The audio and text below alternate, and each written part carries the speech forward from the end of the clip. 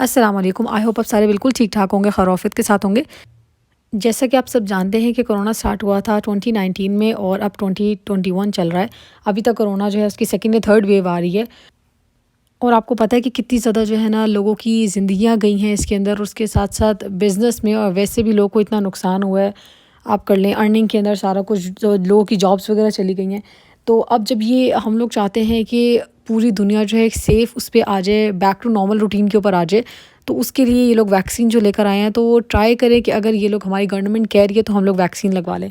अब जैसे सऊदीया के अंदर, हाइल के अंदर स्पेशली जो अभी वैक्सीन 2 आई हुई हैं। फर्स्ट वन है फ़ाइज़र और जो सेकंड है वो एस्ट्राज़ेनेका वैक्सीन है जो ऑक्सफोर्ड की है। तो जो फ़ाइज़र है वो सिर्फ हाइल सेंटर के अंदर है और बाकी जितने सेंटर्स हैं उसके अंदर सेकंड वाली ऑक्सफोर्ड वाली लग रही है। तो अगर किसी ने लगवानी हो तो इजीली वहाँ जाके लगवा सकते हैं। अब ये वैक्सीन जो है टोटली फ्री है, यानी आप अपॉइंटमेंट सिर्फ आपको लेना होता है, वो भी सेहती ऐप के ऊपर जो इन्होंने दिया हुआ है। तो वो ऐप इंस्टॉल करें और उसमें कैसे लेना है वो मैं आपको सारा प्रोसीजर इसके अंदर आपको दिखा देती हूँ।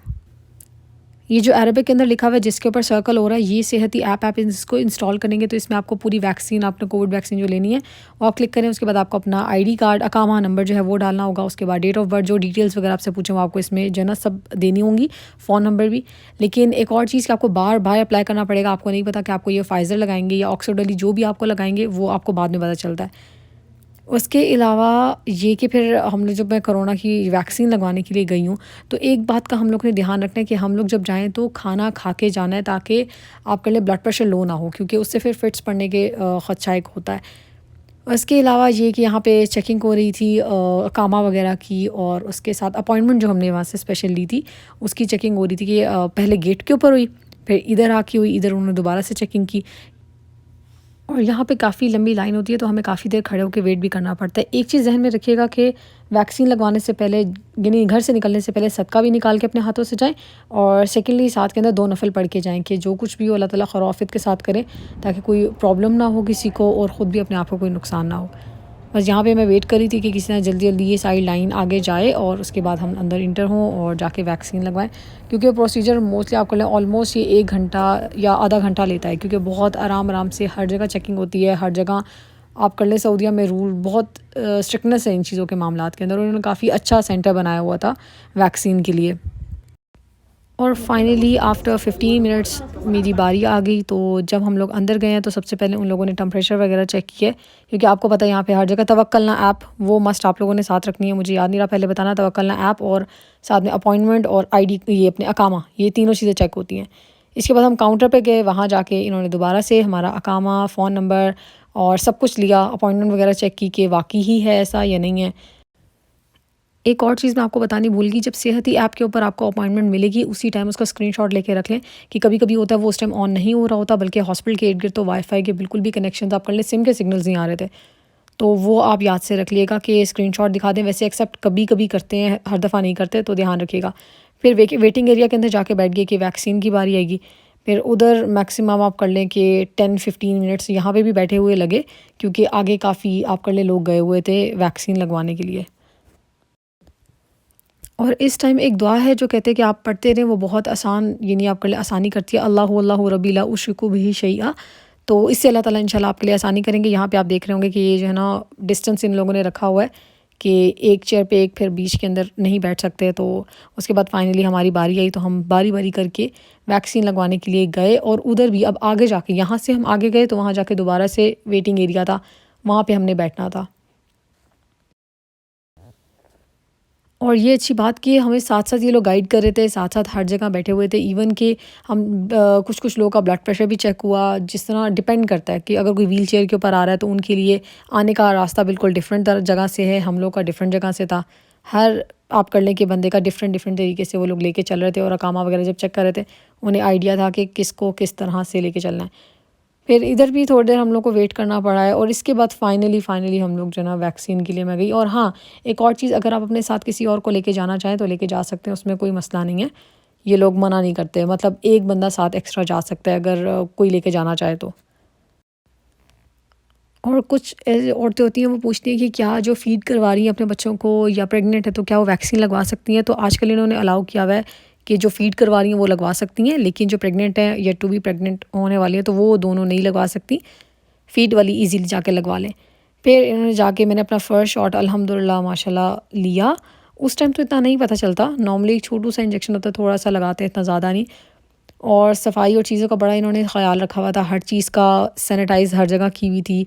उसके बाद अल्हम्दुलिल्लाह जब लग गया, उसके बाद दोबारा से आप काउंटर पे जाते हैं और वहाँ जाके दोबारा डिटेल देनी होती है, अपना अकामा नंबर, फ़ोन नंबर, और थर्ड के बताना होता है कि आपकी किस साइड पे इन्होंने वैक्सीन अभी की है, लेफ़्ट पे किया या राइट पे किया। वो बताने के बाद फिर 5-10 मिनट्स आके आपको दोबारा बैठना होता है, ताकि आके दोबारा से डिटेल्स, फिर फ़ोन नंबर पूछा जाता है, फिर सब कुछ और चेकअप होता है कि कुछ प्रॉब्लम तो नहीं हुई, क्योंकि कुछ लोगों को चक्कर आना शुरू हो जाता है, कुछ को फिट्स पड़ते हैं, कुछ नॉर्मल रहते हैं, तो इस तरह होता रहता है। फिर जब उन्होंने देखा कि सब नॉर्मल है, कोई प्रॉब्लम नहीं हो रही, जबकि मुझे थोड़े-थोड़े चक्कर आ रहे थे, लेकिन फिर भी वहाँ से निकल गए। और उसके बाद जाके भी जब देखा तो काफ़ी ज़्यादा रश था। हम कर लें एक साइड से, एक गेट से इंटर हुए और दूसरे गेट से हम लोग बाहर आ गए। अब मैं इसके बाद एंड के ऊपर आपको जो है सारी डिटेल्स वगैरह इंशाल्लाह सेंड करूँगी कि कौन-कौन लगवा सकते हैं जाके वैक्सीन, और कौन-कौन एज कौन-सी है, जैसे आपको पता है कि 18 प्लस लगवा सकते हैं, लेकिन और भी जो डिटेल्स हैं इंशाल्लाह मैं आप लोग को इधर बताऊँगी। और यहाँ पे जो लिखा हुआ है, अगर कोई इसको ट्रांसलेट करना चाहता है तो आप ट्रांसलेट ईज़िली कर सकते हैं। उसके बाद फाइनली हम लोग घर गए, और जाते साथ ही खाना खाना मस्ट है। खाना इसलिए खाना है ताकि ब्लड प्रेशर लो ना हो, और उसके साथ फ्रेश जूसेस वगैरह पीने हैं। बिल्कुल रेस्ट करना है, कोई काम नहीं करना, ताकि तबीयत और ज़्यादा ख़राब ना हो, क्योंकि डॉक्टर ने मुझे साथ ही बता दिया था कि आपको टेम्परेचर भी हो सकता है, आपको साथ साथ सर में दर्द होगा, आपको डिज़ीनेस होगी, आपको डायरिया भी हो सकता है, नोज़िया भी हो सकता है, यानी ये सारे सिम्टम्स हो सकते हैं। तो इसमें परेशान नहीं होना, आप पैराडोल वगैरह ले लो और रेस्ट करो। 2-3 दिन ऐसी तबीयत रहेगी, और उसके बाद जाके थोड़ी ठीक हो जाएगी। और अभी तक मुझे ये वाली कंडीशन है कि आप कर लें कि डिज़ीनेस भी चल रही है, साथ में सर में दर्द भी है, तबीयत अभी भी ख़राब है। 2-3 दिन इस बात को हो गए हैं। लेकिन जिन्होंने करवाया, दिल भी घबराता है बहुत ज़्यादा, बुखार भी हो जाता है, तो ये चीज़ें होती हैं सारी। लेकिन इसमें परेशान नहीं होना, क्योंकि जब, जैसे आपको पता है, बच्चों को जब वैक्सीन लगती है तो क्या होता है, बच्चों को भी टेम्परेचर हो जाता है, बच्चे भी बहुत चिड़चिड़े हो जाते हैं, भूख नहीं लगती, लेकिन प्यास बहुत बच्चों को हमें समझ नहीं आता ना, वो बता नहीं सकते। तो हम बड़े हैं, हम लोग को थोड़ा सा आइडिया हो रहा है कि हमारे साथ क्या हो रही है, तो इस चीज़ में परेशान बिल्कुल नहीं होना, रेस्ट जितना कर सकते हैं करें। अब वो लोग जो वैक्सीन नहीं लगवा सकते, उसमें सबसे पहले जिनको एलर्जी है किसी भी चीज़ से, और वो मेडिसिन्स वगैरह ले रहे हैं, तो वो वो नहीं लगवाएंगे, प्रेग्नेंट नहीं लगवाएंगे, और इसके साथ कुछ जगह पे है जो फ़ीड करवाने भी नहीं लगाएंगे। और इसके अलावा 16 या 18 प्लस सिर्फ लगा सकते हैं, उनसे नीचे से नहीं, अंडर एज नहीं लगवाएंगे। और किसी की मेडिकल कंडीशन है वो आपको पहले बतानी है, अगर बहुत सीवियर किस्म की है तो वो उनको भी नहीं लगाएंगे। और जो ट्रैवल करें, इस तरह कुछ सिचुएशन है, हर कंट्री की डिफरेंट है, तो आप उसके लिहाज से देख लें।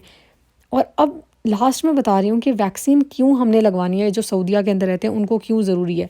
तो पहली चीज़ ये कि सऊदीया के अंदर इन्होंने रूल कर लिया है कि हम लोग अगर पाकिस्तान हमें जाना है, या वापस इंडिया जाना है, या किसी भी कंट्री जाना है, हम लोग अगर वैक्सीन नहीं लगवाएंगे तो हम लोग को वापस नहीं आने देंगे ये लोग। इस वजह से वैक्सीन लगवाना बहुत इंपॉर्टेंट है। सेकेंडली ये कि जिस तरह कुवैत के अंदर हुआ है कि अकामा, कि आपका रीन्यू नहीं होगा अगर आपने जो है वैक्सीन ना लगवाई हुई हो, तो सऊदीया के अंदर भी थोड़े टाइम बाद ये रूल आ जाएगा कि अकामा रीन्यू नहीं हो सकता क्योंकि आपने वैक्सीन नहीं लगवाई हुई।